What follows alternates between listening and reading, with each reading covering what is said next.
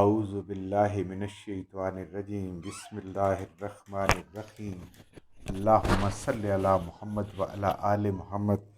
اللہ جل شانہ کا بے حساب کرم احسان اس ذات کا کہ جس نے ایک دفعہ پھر قرآن مجید سمجھنے کے لیے یہاں پہ ہمیں اکٹھا کر دیا۔ آج ہم انشاءاللہ 5واں پارہ سورہ النساء کی آیت نمبر 105 سے اپنا سبق شروع کریں گے۔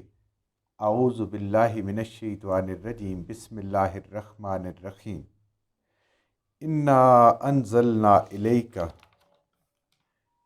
الکتاب بالحق لتحکم بین الناس بما اراک اللہ ولا تکن للخائنین خصیما۔ انا بے شک ہم نے، انزلنا اتارا ہے ہم نے، الیکا اے نبی کریم صلی اللہ علیہ وآلہ وسلم، محمد الرسول اللہ صلی اللہ علیہ وآلہ وسلم، خاتم النبیین، آپ کی طرف الکتاب، اپنی اس کتاب کو، اس قرآن کو نبی کریم صلی اللہ علیہ وآلہ وسلم پر میرے اللہ نے اتارا ہے۔ یہ رب کا کلام ہے، بالحق کے، یہ سچا ہے، اس کا بھیجنے والا سچا، اس کا لانے والا سچا، اور جن پہ اترا اور جنہوں نے ہمیں بتایا وہ سب سچے۔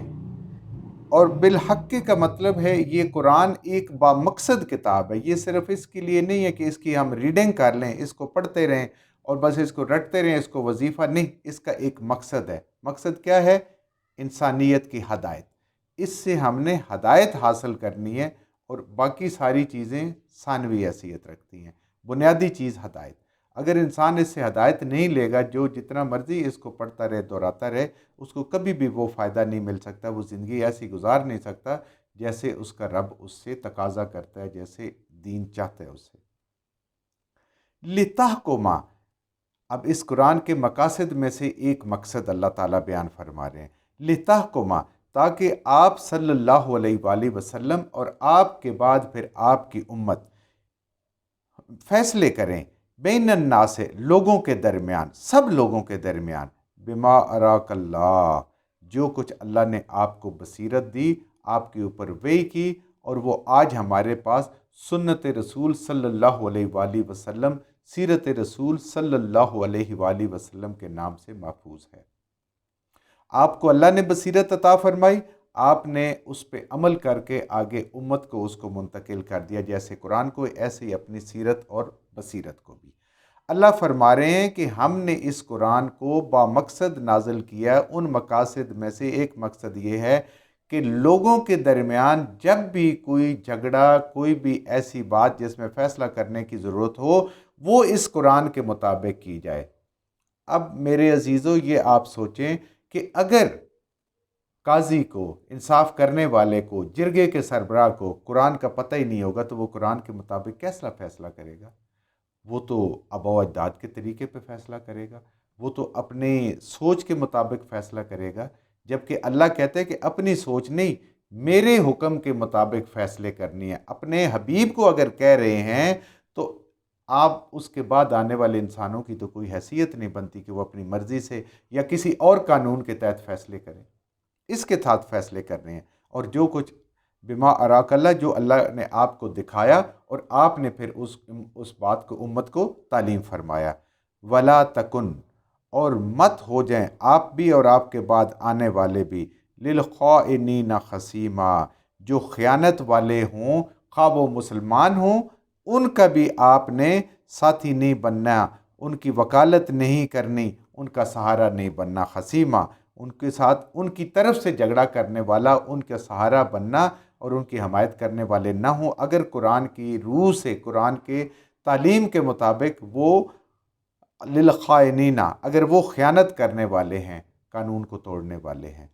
ان آیات کا اور اگلی آیات بھی جو ہم انشاءاللہ دیکھیں گے، یہ ایک خاص واقعے کی طرف ذکر ہے بنیادی طور پر، اس کے بعد قیامت تک آنے والے ہر اس طرح کے جھگڑے کے لیے ہے کہ انصار کا ایک قبیلہ تھا، بنو ظفر، اس کے ایک شخص نے ایک پڑوسی انصاری کی ہی گھر سے آٹا چرایا، یا بعض روایات میں آتا ہے کوئی زرہ چرائی، اور وہ آٹے کی تھیلی ایسے تھی کہ جس کے اندر سوراخ تھا اور آٹا گر رہا تھا۔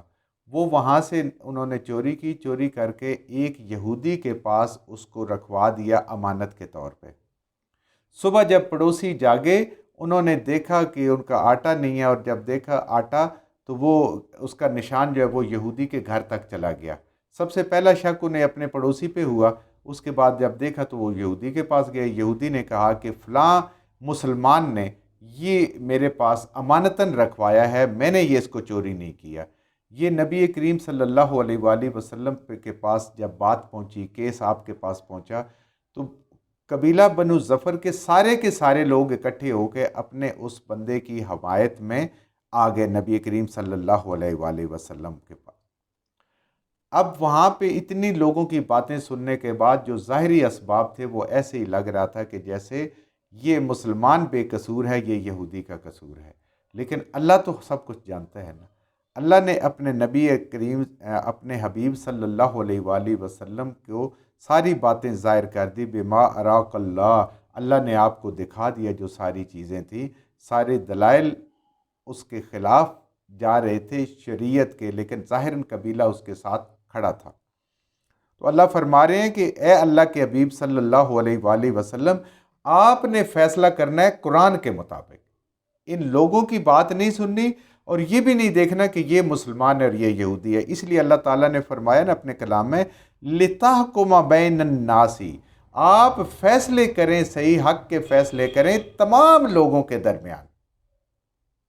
کسی کی طرفداری کسی قبیلے کی وجہ سے، مسلمان ہونے کی وجہ سے، اور کسی کا نقصان کہ وہ مسلمان نہیں ہے، غیر مسلم ہے، یہ کر ہی نہیں سکتا، قرآن اس کا حکم ہی نہیں دیتا۔ فیصلہ ہوگا انصاف کے مطابق۔ وَاسْتَغْفِرِ اللَّهِ، اور اللہ سے بخشش مانگتے رہیں۔ اب یہ بھی اللہ تعالیٰ ایک ہمیں تعلیم دے رہے ہیں جو قرآن سے پتہ چلتی ہے کہ فیصلہ کرنے کے بعد انسان کا جو فیصلہ ہے اس کے بعد اللہ سے استغفار کرنا چاہیے کہ اگر اس میں کوئی کمی بیشی رہ گئی اللہ اس کو معاف فرمائے۔ اور یہ دنیا کے فیصلے ظاہر پہ ہیں، یہ دنیا کے فیصلے جو اللہ دلوں کے حساب سے اور نیتوں کے حساب سے کرے گا وہ قیامت والے دن ہوں گے، یہ ظاہر پہ ہے۔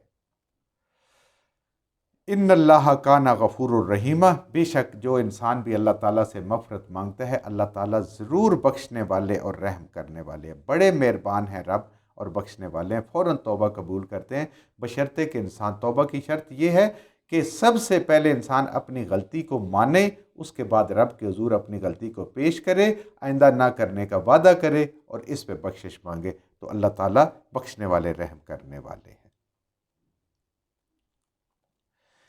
ولا تجادل، اور آپ صلی اللہ علیہ وآلہ وسلم اور آپ کے ذریعے سے آنے والی امت تک سب کے لیے نہ جھگڑا کریں، ان الذین، ان لوگوں کی طرف سے، یعنی ان لوگوں کی حمایت اور وکالت اور سہارا نہیں بننا، کن لوگوں کی؟ یقتون انفسہم، جو اپنی جانوں میں خیانت کرتے ہیں، یعنی منافقین ہیں اصل میں تو، کہ وہ ان کے دل میں کچھ اور ہے لیکن وہ زبان سے کچھ اور کر رہے ہیں۔ تو ایسے منافقین کی کبھی بھی کسی نے حمایت نہیں کرنی، سہارا نہیں بننا جب یہ چیزیں پتہ چل جائیں۔ جیسے یہاں پہ بنو ظفر جو مسلمانوں کے قبائل میں سے تھا، جس میں زیادہ تر مسلمان تھے، ان کا بندہ تھا مسلمان، لیکن اب باتوں سے محسوس ہوتا ہے کہ وہ منافق تھا، اس نے دھوکہ دیا اور ایک یہودی ہے وہ سچ بات بول رہا ہے۔ تو اللہ فرما رہے ہیں کہ آئندہ بھی زندگی میں قیامت تک کبھی بھی ایسی کوئی بات آئے تو بالکل ان کا سہارا نہیں بننا، جو دھوکے والے منافق لوگ، خیانت کرنے والے ہیں، اپنی جانوں کے ساتھ نقصان تو اپنا ہی کر رہے ہیں نا، اصل تو یہ اپنے اعمال کو ضائع کر رہے ہیں اور منافقین میں شامل ہو رہے ہیں۔ ان اللہ، بے شک اللہ، لا یحب، بالکل پسند نہیں کرتا، محبت نہیں رکھتا، دوست نہیں رکھتا، من کانا، ہر اس شخص کے ساتھ، خوانن، جو دھوکے باز ہو، جو اس کا ظاہر اور ہو اور اس کے اندر کچھ اور ہو، جس کی زبان پہ کچھ اور ہو اور اصل حقیقت کچھ اور ہو، یہ خیانت کرنے والا ہے۔ خیانت چیزوں میں نہیں ہوتی، جو بھی امانت انسان کے پاس ہے، علم اللہ نے صحیح صحیح دیا ہے، لیکن چند ٹکوں کی خاطر اپنے اس علم کو، اپنی بات کو بدل کے وہ کچھ سے کچھ کر دیتا ہے، یہ اللہ کے ساتھ خیانت ہے۔ نبی کریم صلی اللہ علیہ وآلہ وسلم کی تعلیم مختلف ہے، اس کو پتہ ہے، لیکن اس کے باوجود وہ اپنے مفاد کے لیے، لوگوں کو خوش کرنے کے لیے اگر وہ تعلیم چھپا کے کوئی اور بات کرتا ہے تو یہ بھی خائن ہے۔ اور جو دنیا میں بھی دھوکہ دیتا ہے، ہر دھوکہ دینے والا، فراڈ کرنے والا وہ خائن ہے۔ دنیا میں تو شاید وہ چھپ جائے گا، لیکن اللہ ان سب کو جانتا ہے۔ اسیما، اور یہ سارے کے سارے جرم کرنے والے گناہگار لوگ جو ہے، اللہ تعالیٰ کبھی بھی ان کو پسند نہیں کرتا۔ اللہ تعالیٰ ان سب سے سخت ناراض ہوتے ہیں، ان کو کبھی بھی ان سے محبت کی نگاہ ان کے اوپر نہیں ڈالتے۔ اللہ تعالیٰ ہم سب کو بچائے کہ ہم ان لوگوں میں شامل ہوں۔ اللہ تعالیٰ ہمیں سچے لوگوں میں، نیک لوگوں میں شامل فرمائے۔ جو کچھ ہم نے صحیح صحیح پڑھا، اللہ ہمارے ذہنوں میں، دلوں میں بٹھا دے۔ جہاں جہاں پڑھتے ہوئے بولتے ہیں ہم سے غلطیاں ہوگی، اللہ میں معاف فرما دے، اور ان غلط باتوں کو ہمارے ذہنوں سے، دلوں سے اللہ کی ذات نکال دے۔